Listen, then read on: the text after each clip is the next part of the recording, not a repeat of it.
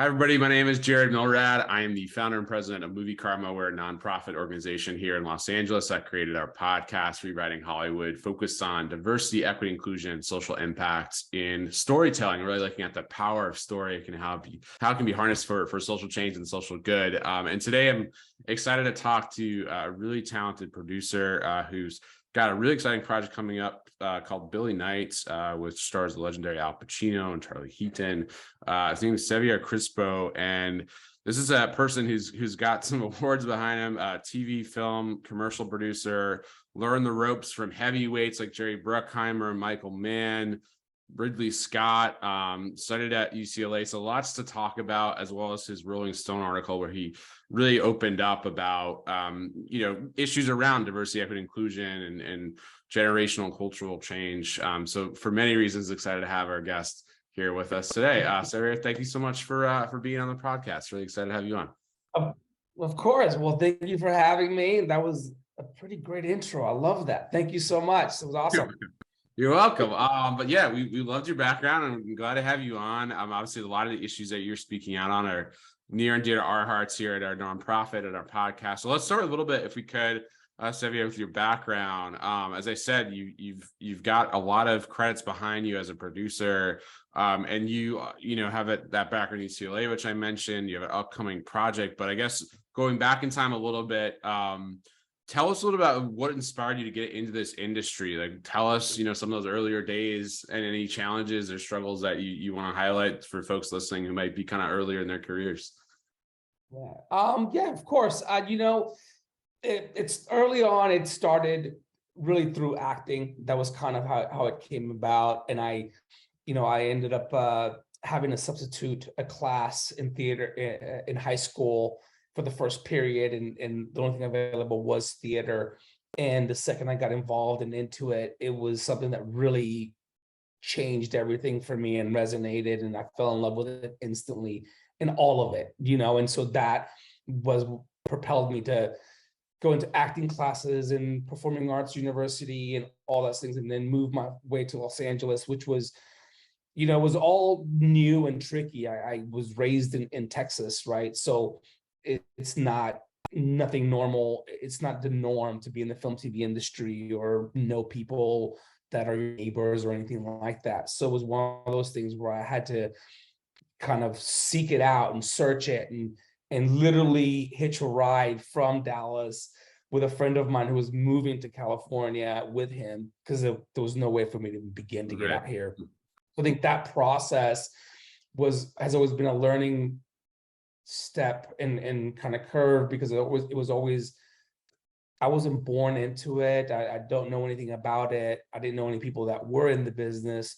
So I had to, beg, borrow, and steal, if you will, to kind of make my way to where I am, as far as understanding and people and meeting people, and always kept a good open mind about it all, and I think that was the process. And I think having that tenacity about it, and keeping my eye on the prize, so to speak, and trials and tribulations along the way was kind of the process. That's kind of how I got into it, and then I was able to, with Robert Townsend, to get into the producing side and development side, and then assisting all these other people that were so great was the thing that started to propel things forward.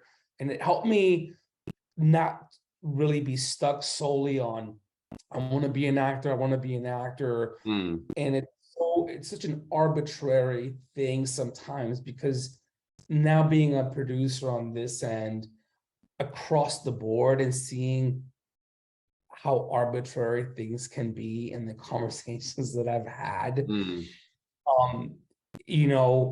I didn't want to live my life in a weird, up to chance, so to speak, because it's uncertain, a lot of elements, a lot of areas, which is why I started to then, I was like, how can I stay in the business, learn and grow in the business, and be able to move across all the elements in the business?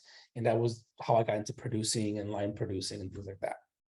That's fascinating. And I do want to pause there a second, because I think that's really interesting for folks listening. I mean, was that challenging to kind of say, okay, I'm going to give up, or, was that hard in a personal level to say, okay, I'm going to kind of give up this thing that I came here for, sort of thing, or at least put that on hold professionally while I can maybe have more stability, like you said, or see more of a career trajectory in this other space in the industry? You know what? Yes, it really, it's still, and it burns, and it does a little something inside, which is why now the goal was to put myself in a position to not have to explain things to people or have a bigger opportunity to prove myself, right? Mm, And the door, because, you know, it's funny, I don't know if people even remember, but like, early 20s, sorry, early 2000s, you know, it was very categorized. You're a writer, you're a director, you're a producer, you're an actor. Like only less major celebrities were hyphenated, right. and even then you only had, quite frankly, a select few, that were really hyphenated, successful at it, and were taken seriously.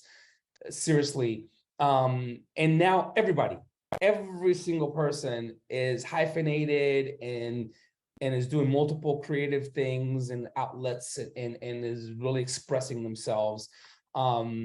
So it was kind of a thing that I constantly fought, because it was like, without people knowing you, it was like, well, you could only pick one because you got to focus on it. And how Mm, could you be good at all these things? And it's like, well, you don't even know me. You don't know what I do. You don't know how hard I work or don't work. So to make such a vague statement, which it was continually, it was a continual thing that then it made me fight and question things like, am I good enough? Am I needed to pick something because I may not be able? And it was, it was all false, basically. I came to learn right. that it was false. So yeah, it did do a thing, and it sometimes does a thing inside me, because it is my, there is my first passion. I'm just, really, really, really good at producing and line producing. So Right. It says your first love, your first passion, but you found this other, it sounds like this other passion, this other thing that you said you're really good at, which is always helpful to find. yeah. Were you able to also, I mean, do you continue, can I ask you this? I mean, do you continue to allow space for that, whatever brought you to acting? Do you have space for that to exist in your work as a producer? Because I'm sure folks listening might also wonder, like, okay, that may be possible for me too, right? Like maybe I do need to Yeah. shift tracks and kind of do both things, or be a multi-hyphenate and not live off of other people's expectations or limitations, like you said, of what they think you should be doing. So have you been able to kind of incorporate, some of those skills, if you will, that you developed from the acting side into the producing side?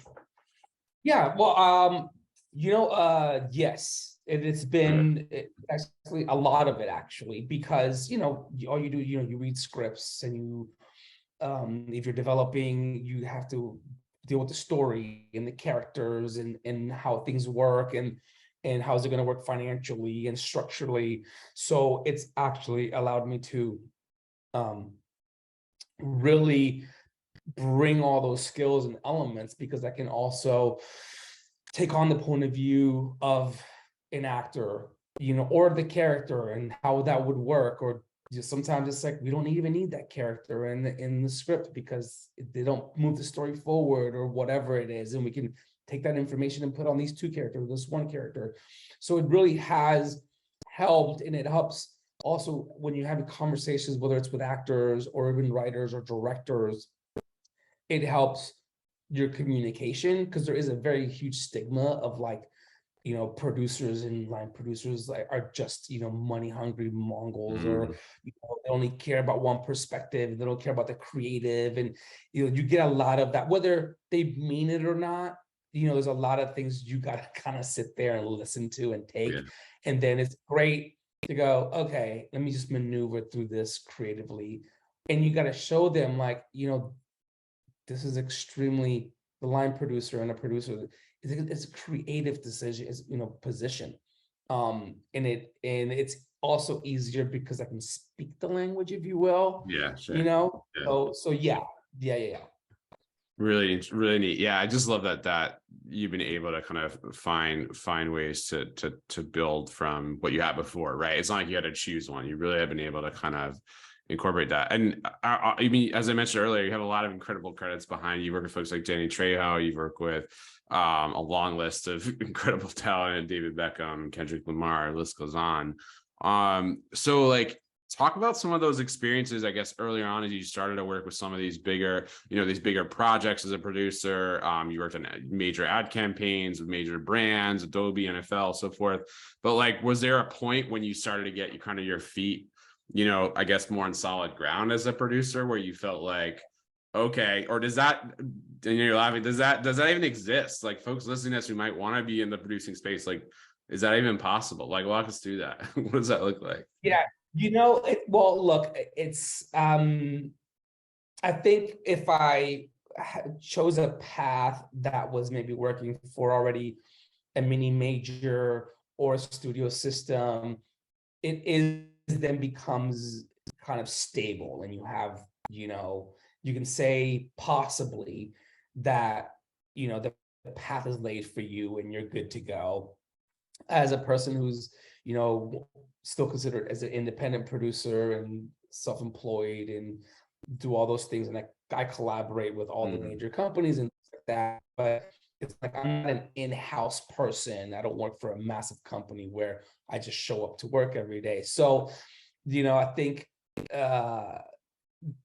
that drive and that thing never really goes away. It doesn't,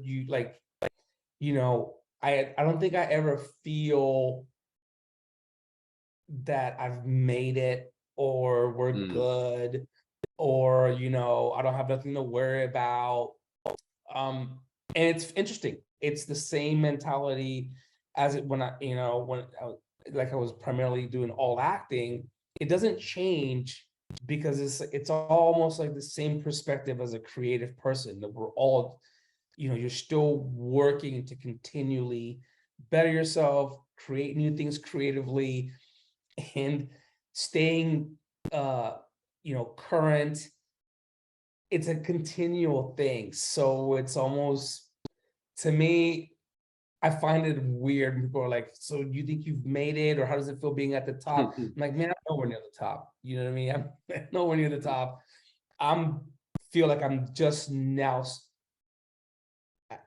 playing in the field, so because you look around and there's so many people doing so many great things, and so many people being creative, and now you have, so many people that are content creators and YouTube influencers or influencers, and I'm always sometimes just in awe of, like, wow, there's the people doing all kinds of stuff creative all around that I could look at and go, oh, they're way, way ahead of me in a possibly different medium, right? So, it's not, for me, there's nothing stable about it. Yeah. I also have found this weird and like crazy peace about it, and it's like almost like being comfortable in the unknown. Yeah. It's almost where you have to live continually, and it's almost all your senses are heightened, right? You're excited, you're freaked out, you're happy, you're sad, and so you just have to, it's this weird little balancing act. That was my next question, was, have you found peace in that unsteadiness, right? In that uncertainty? It sounds like you kind of have, or I mean, because I think that's a hard thing, right? For a lot of folks, right, in the industry, is, especially if you come from underrepresented backgrounds, you don't have that economic safety net to fall on, right? Like, where's my next job? How do I find being okay with that kind of roller coaster, tsunami, whatever metaphor you want to use, right? But it sounds like you feel like you've kind of gotten to a little bit of acceptance of that. More than not, right? Okay. Like I'll have more better days than not. And I think one of the things that always, I never have, it's interesting because I never really had a hobby. per se, because my mind and everything was always career driven, goals and achieving things and da da da da da. And I realized, man, I need to start not only enjoying life way more, appreciating life and people, but finding something that maybe helped me with that. And it's interesting because the new thing that I've taken up for myself that's fun and it's just me and myself is like photography, right? I have my little camera, single lens, Fuji, nothing crazy, but I can go and like stay creative. I can go and keep me busy and going and observing the world. And I realized like that it's like you need to find more things in life or living life because it helps. Because Right. if not, you can spin yourself into craziness Yeah. continually. Yeah, Yeah. you're sort of always focused on what's coming next, or you're sort of stuck in, it's all consuming almost, right? You might feel like, Yeah. yeah. And the thing is, you don't, my wife always says, you gotta acknowledge the good things and the things that are happening, because when you get caught up and you just go, go, go, you actually don't even acknowledge or appreciate what is currently happening, no matter how good it is. Yeah. You're Yeah. working with Pacino or with, Charlie or whatever. It's like, or Beckham, like, it doesn't matter. All of a sudden, you don't even pay attention to that. It's Yeah. almost like, because for a while there, even during ad campaigns and traveling, working with all these great, huge people, I wouldn't even look at the call sheet. I wouldn't look at the call sheet. I wouldn't even know who people, who they were, or even pay attention. If, oh, so-and-so's on set, whatever. It would be this weird blinder, like numb. Like I was like, great, sweet. So when is the first shot? How are we doing? What's going on? How are they doing? It would be very kind of almost basic, and there was a little bit of passion that was gone from it. And I'm just like, wait, are we almost done? Moving on. And it was like, hold on, just, you got to stop, man. You got to like, On the roses. appreciate yeah. So that part was more, the more I was like, let me go start separating myself from all of it and give myself my own peace of mind. And then allowed me to be on set and go, man, this is really cool. This is really cool. This is and things like that, because I wasn't, for a bit, and you need that. So that's kind of how I help manage that, because then it does start to bleed over into your regular life, because then everything looks the same almost. Right. Right. And it's like, wait a second, it's impossible to look the same. You're working with so-and-so, you're doing so-and-so. How could you possibly have this weird point of view that, you know what I mean? So Totally know what you mean. And it's a beautiful point. I think it's a really important one, right? Like that point of having some space away from the industry, from your work, to really appreciate it and come back and kind of have that 5 or 10-year-old kid inside you be like, this is really cool, right? And have that right. Yeah. Because it's such a good point. I want to ask on that point, and maybe this is connected, maybe it isn't. I think there might be some overlaps here, but with your Rolling Stone article where you talked about, you were very open about your kind of your upbringing, your background, you're Puerto Rican born, you're kind of, you talked about these issues around, again, I think really a lot of the things we work on, but sort of diversity, equity, inclusion. You talked about this issue of programming, quote unquote, of, the limitations that, as you said earlier, sometimes folks set for us that we don't, people don't see ourselves, or we don't see ourselves if we're from, whether LGBTQ plus or we're from an underrepresented background, whatever it might be. Sometimes we don't see ourselves where we could go because of those limitations. Like, talk us through a little bit, if you would, Sevier, about that article and what inspired you to write it and just some of the issues around it. Well, when I was invited to be part of the Rolling Stones Culture Council, I, and it's funny because, I had a lot of conversations, and Luana's listening here, and she's kind of my bouncing board all the time, but I had to come to a point, because I was like, okay, Rolling Stones equals a very huge cultural kind of entity that molds cultures, and it's a big thing, right? Right. And then the whole thing in the culture council was like, okay, am I going to have a point of view? What is my point of view? I'm not interested in saying I'm part of something. I'm not interested to just write something to write something, or to communicate something just to communicate it and said I did it, and like, look at me, check it out, look at my clicks.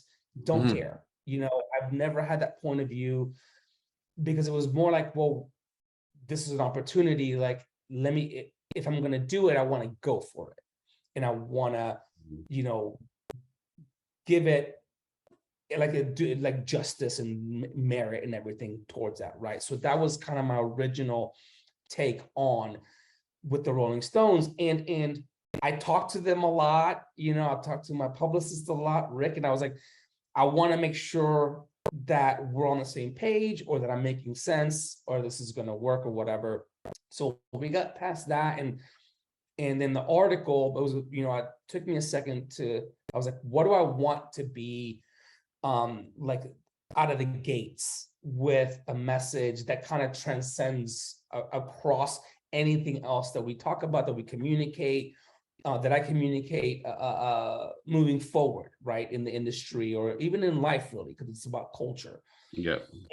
And it kind of came to me, I was like, my upbringing, both in Puerto Rico and then going back to Puerto Rico and working and unraveling more cultural elements of my life and myself as a person, with growing up in Texas, and my wonderful friends that are my childhood friends that I am friends with to this day. They're, and they're like some of the solid rock star people that don't even care what I do. They still we treat each other like we were in the seventh grade, right? Right. So all those elements, I think I was like, oh, wait a second.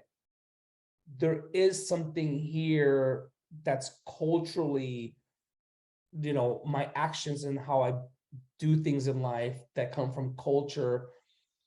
And also, from my background and my generation, but then also in the fighting of generate, other perspectives and other things, right?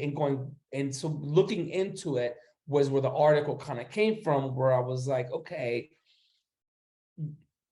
I've gotten to where I am and continue because I've started to embrace my culture and what I've gotten from it and who I am. But on top of that, I realized, God, generationally, I'm a Gen X, we think totally different, and we take no BS, because at the same time, we were the beginning of the internet. We were the, first self-made millionaires. We were the very first on a lot of these things that are now taken for granted and almost called ancient, right? But it's like, we depended on each other, I can tell you, I grew up in a very multicultural existence, from people that could barely eat to friends to this day that are extremely wealthy.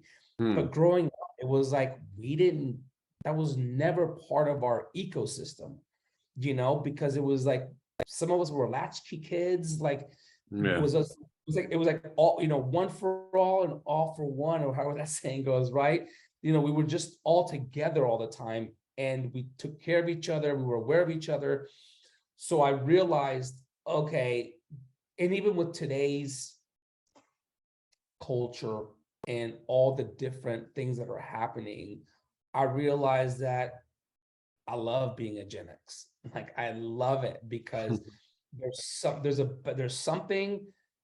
a backbone, there's something that comes from our generation that, you can take a punch, because life, like, look around, man, life gives you punches, and it comes from all angles, and you just have to be able to kind kind of brush it off to some degree, or stand up for yourself or stand up for someone else, right? So I think that, with also culturally realizing like I loved, life and people and traveling and interacting, which then that really massively helped with me as a producer, as a line producer. It changed everything, because it was like anybody can produce a project. Hate to say it, but anybody can produce anything, and you can see it now, but with all the content creators and stuff online, not a negative thing, right? But meaning, how do I then excel at what I do and create a different perspective that when people hear my name, a smile comes to their face, meaning they like working with me. They like the environment that I create. And it all stems from me realizing, man, I'm a fun guy. I love life. I love people, and focusing on that, right? Not like the job, but the people involved on the job, and caring. And if it takes me 30 minutes to have a conversation with someone, to talk them off the ledge because of something, give them 30 minutes. You know what I mean? And you realize like that's actually where you get the most and the best product from people, because you're naturally creating a team player environment. Yeah. And so you realize kind of that you brought that, whether that was because of your culture, your background, your upbringing, et cetera, you kind of brought that ethos or that approach to the work. Right, exactly. Yeah. And so wanted to communicate that through the article, because it was like, okay, here's me, here's what I'm pushing through in this culture, because the whole thing is culture, right? Rolling Stones culture. So meaning, and I think that encompasses everyone in whatever you're doing, especially creatively, Yeah. No, I love that. I think it's really a great example too for folks, again, who are thinking about this path for themselves. Like, what can I bring of myself to this work? What if I don't look like other people that are, top producers, like which you address in article as well, right? How do I find my home in this space? And it starts with yourself, right? Because as you move through this industry, people like you and they're your friends until they're not, and maybe the jealousy is a thing and ego's a thing, whatever. So it was a way of going, listen, man, it's like, how do you empower yourself to just move and be creative? Because the whole thing with creativity is, you have one idea of how you want things to go, whether it's through acting and writing or directing or producing or whatever, being a musician, a poet. And there's the other aspect where like, then it shows up the way it shows up. Sometimes you get really close to hitting your mark creatively. Sometimes you're like, my God, I hope no one sees this, right? And so it's like, how do you kind of brace yourself or prepare yourself or create a tougher skin, is by just like knowing who you are as a person and what you can contribute. Because then at that point, it starts to erase trying to fit into weird molds that already don't exist. They're arbitrary. You know what I mean? Yeah, they're all created. Really, right? I mean, they're all structurally imagined, essentially, right? I mean, and you can, I think, getting at the point of you can create your own path, or you can kind of find your way. Yeah, and because look how weird it is, right? And I'll use this like now, right? We have plus size models. That was never the case when I started in the business, right? That was not even a thing. It was like, it was not even comprehensible, right?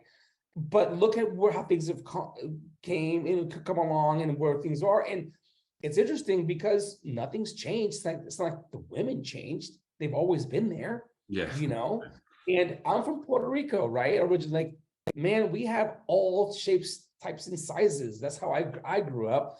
So it's normal to me, right? But you have this ecosystem, especially in the entertainment industry and fashion and all that, where the powers that be dictate some weird thing of how things should be or what shouldn't be. And by, finding yourself, holding tight to what you believe in, or being true to you, starts to kind of crack that, you know what I mean? Yeah. And I think think there's a generation that's also like, yeah, we don't believe in that. We don't, and that's not our thing, and that needs to change. And I like it. I think it's fantastic and great. Yeah, I do too. And I think we talk a lot on the show about representation, and that really is representation, right? Is when you can see yourself, when all kinds of folks, all kinds of people can see themselves reflected on screen or in fashion, art, music, etc. Absolutely. I want to end, Xavier, with this upcoming project with Al Pacino called Billy Knight. It's a debut feature from a first-time writer-director, Alec Griffin Roth. It's been described as a love letter to cinema. A lot along the topics that we've been talking about, right? About a screenwriter, understand who kind of struggling and tries to track down this mysterious reclusive person, Billy Knight, played by Al Pacino. Just tell us about this project. Like what inspired you to be a part of it? And it sounds like it connects to a lot of things that we've been talking about in terms of finding your way in the industry. Well, you know what? I was introduced to the project by a good friend of mine, Autumn Bailey Ford, and I produced other project with her prior, and I was able to, she's like, hey, this is a great project. What do you think about it? It shoots in Los Angeles, and I had just came back from Puerto Rico working on another film, and I was not really looking to go anywhere. And so I was like, this is perfect. I really liked it. It was written and done so well in the sense of, oh gosh, like the world that we live in, but also incorporating the humanity of the characters and the people, which is something that I witness every day, that I really enjoyed and liked. And then, you had from, Alec, and then there was, Sarah and Cameron, and just the team around it, it's a bunch of great people and fun.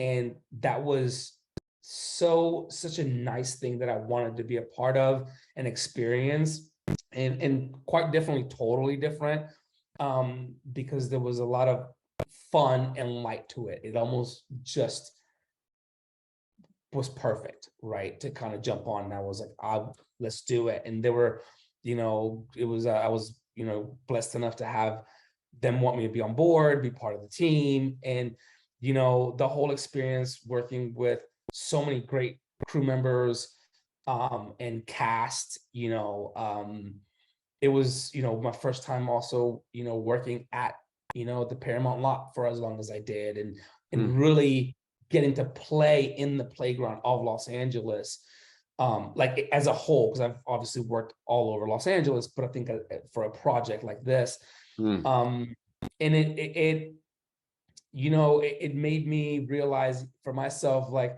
this is the kind of experiences that I want when I'm creating film or TV or whatever it is.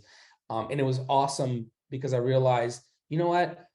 I've worked with all kinds of people, the good, the bad, and the ugly. And I realized, these are the kind of people I want to work with. They do exist. They're out there. No one's perfect. But there is a point of view and a perspective in a character that does exist, and that's the direction that I want to continue to go. And as you start to look around, and as you're maybe climbing the ladder, if you will, a lot of successful people, more than you realize, operate in the same ecosystem. That's exciting. That's what I realized. You know what? And funny enough, that's actually what motivates me. It's a new motivation that I've acquired. It's like, I love the ecosystem of this new environment. Not everybody has to be crappy or shitty or, vindictive or whatever. Because listen, when you're kind of moving up, I would say, venture to say, very few can go, ta-da, I landed in this amazing group and I'm propelling this direction and it's phenomenal. Right. There's a lot of people, you hear more stories than not of people really, eating it. You know what I mean? Yeah. So I think that's really what the movie and, it looks phenomenal. You know, that I can say. I just actually finished seeing one of the latest cuts actually over the weekend. So Oh, great. Okay. it's exciting, and of course the talent is fantastic. You know, so I'm excited. I'm really excited about the project. No, that's so awesome. And so it sounds like we'll see it hopefully soon, later this year, maybe. That's Okay. hopefully sooner rather than Okay. later is the plan, Okay. but it's on its Okay. way out. Yes. Okay. Yes. Okay. Amazing. We'll leave it there. I mean, I think that was just so well said, and I think congrats on this project, Billy Knight, but also on what's to come. It sounds like you've kind of found your, like you said, maybe found your people and kind of found the place that you want to be in, which is so awesome. Well, thank you. Yeah, yeah. It's very exciting. It is. It's exciting. Yeah, you know. No, that's awesome. Sevier Crespo, thank you so much for being on again. Multi-talented producer, Billy Knight's the upcoming project. I'm sure lots of else to come, and just really appreciate again you being on the podcast and spending some time with us today. Of course. Thank you so much, Jared. I appreciate it. Anytime.